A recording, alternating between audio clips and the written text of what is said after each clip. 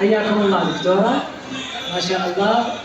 بورك لكم أختنا الكريمة هذا الغرس وهذه الإرادة إن شاء الله، حجاب الطهر والعفاف وعلى خطى سيدتنا ومولاتنا السيدة فاطمة المعصومة سلام الله عليها. نعم، تستاهل نحييها بالصلوات العاليات على محمد وآل محمد. اللهم صل على محمد مع التصفيق الحار. محمد. ما شاء الله. نعم، لمثل هذه الثمار نستحق